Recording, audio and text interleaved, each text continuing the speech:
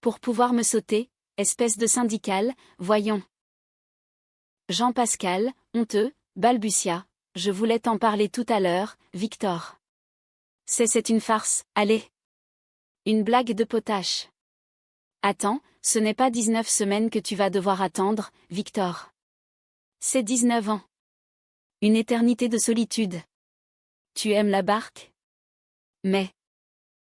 Victor, au comble de l'énervement et de la fureur, hurla, sa voix résonnant dans le bureau. Eh bien, tu vas ramer, connard. Oh mais qu'est-ce que je me fais chier avec cette histoire de barque, moi-même? Non, mais j'ai tout foiré. Tout gâché. J'ai pas senti Gégé debout en bouche. Un moment, je vais proposer les fers de la barque et là, j'ai senti que... Jean-Pascal, ingénu, conclut, mais c'est con, la barque. Victor, hors de lui, répondit, mais oui, c'est con, la barque. Mais ouais. Faut aller proposer du ski nautique. Ça a de la gueule, Jean-Pascal. Un sport extrême pour les esprits audacieux. Jean-Pascal acquiesça. Ah, oui. Mais en même temps, si c'est la guinguette du lac, la baignonne du Vaso, si c'est un étang, Enfin, c'est pour s'y dire une flaque. Victor, exaspéré, lui lança, et alors? Dans la largeur, ça passe, si elle est douée. Mâche.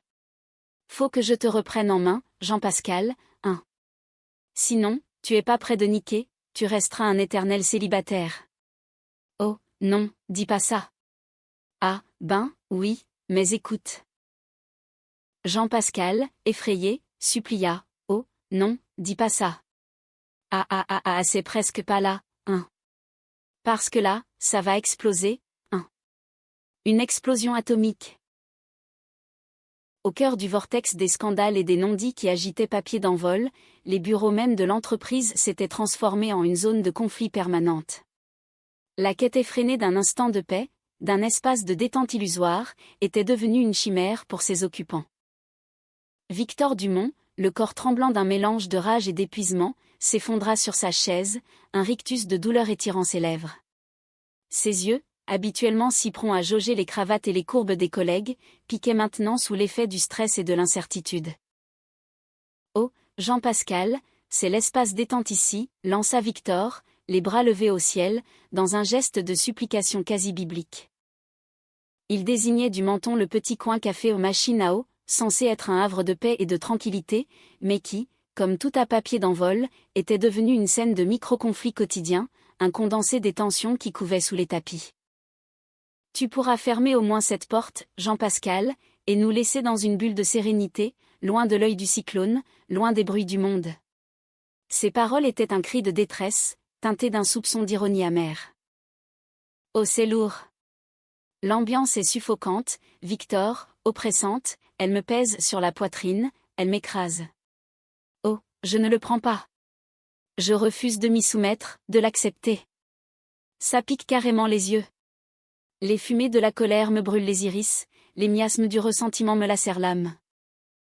Il se frottait les yeux avec une intensité dramatique, sa voix pleine de plaintes et de faux sanglots. À cet instant précis, la porte de l'espace détente, mal huilée et poussive, s'ouvrit sur un grincement plaintif, révélant la silhouette trapue et l'air légèrement désemparé de Marc Vaudois. Marc, un nouveau collègue des étages inférieurs, était un homme d'une quarantaine d'années, au physique plutôt passe-partout, mais affichant une singulière et tenace exhalaison corporelle, un effluve persistant qui, en quelques jours, avait déjà fait le tour des potins les plus croustillants de l'entreprise. Il entra avec une assurance déconcertante, comme s'il était l'architecte du destin, insensible aux vapeurs toxiques qu'il répandait.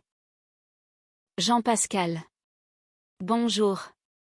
Bonjour, lança Marc, avec un sourire enjôleur, sa voix nasillarde se répercutant dans le petit espace, amplifiant l'agression olfactive. Il s'approchait avec une déconcertante inconscience, son aura olfactive le précédant d'une bonne dizaine de mètres, une vague de notes musquées et de souvenirs oubliés. Marc Vaudois. Je travaille à l'étage du dessous, vous savez, la cave sombre et humide.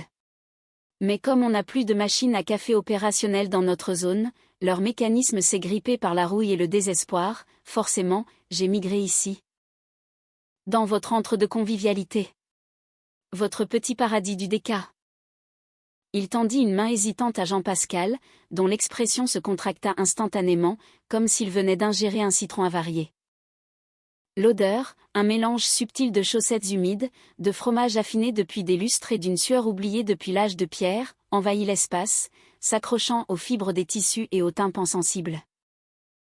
Jean-Pascal recula d'un pas précipité, son visage se transformant en une grimace de dégoût à peine dissimulée, une expression qu'il s'efforçait vainement de masquer par un sourire contraint.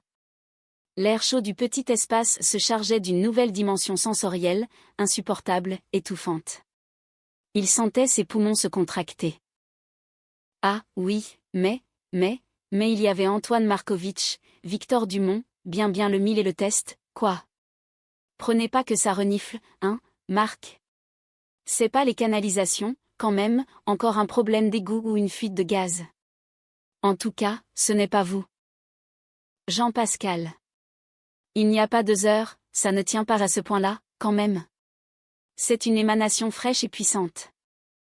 Il tentait désespérément de faire allusion à l'odeur sans la nommer directement, ses mots s'étranglant à mi-chemin, les uns s'entrechoquant aux autres dans une cacophonie de non-dits.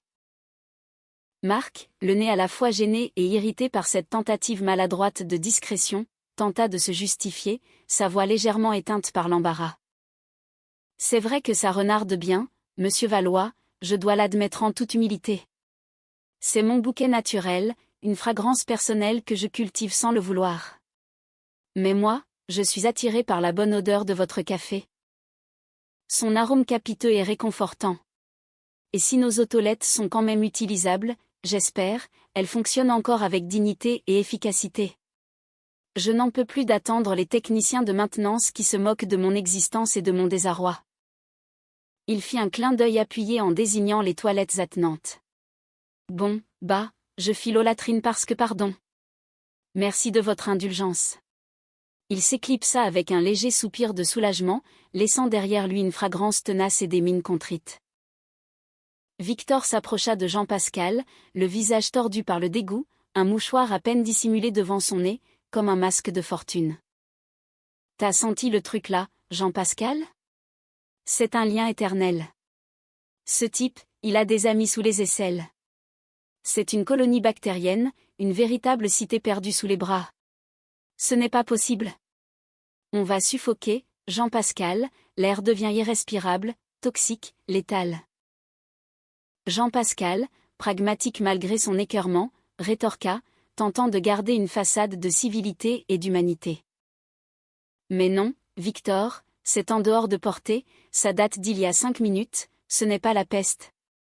C'est trop tôt pour juger et condamner. Il faut pas le jeter, ce pauvre Marc, comme un objet usagé, il faut lui parler, le confronter avec tact et bienveillance, lui trouver les mots justes. Avec tact et diplomatie. C'est tout ce qui lui manque, Victor, un bon déodorant. Un simple déodorant ferait des miracles.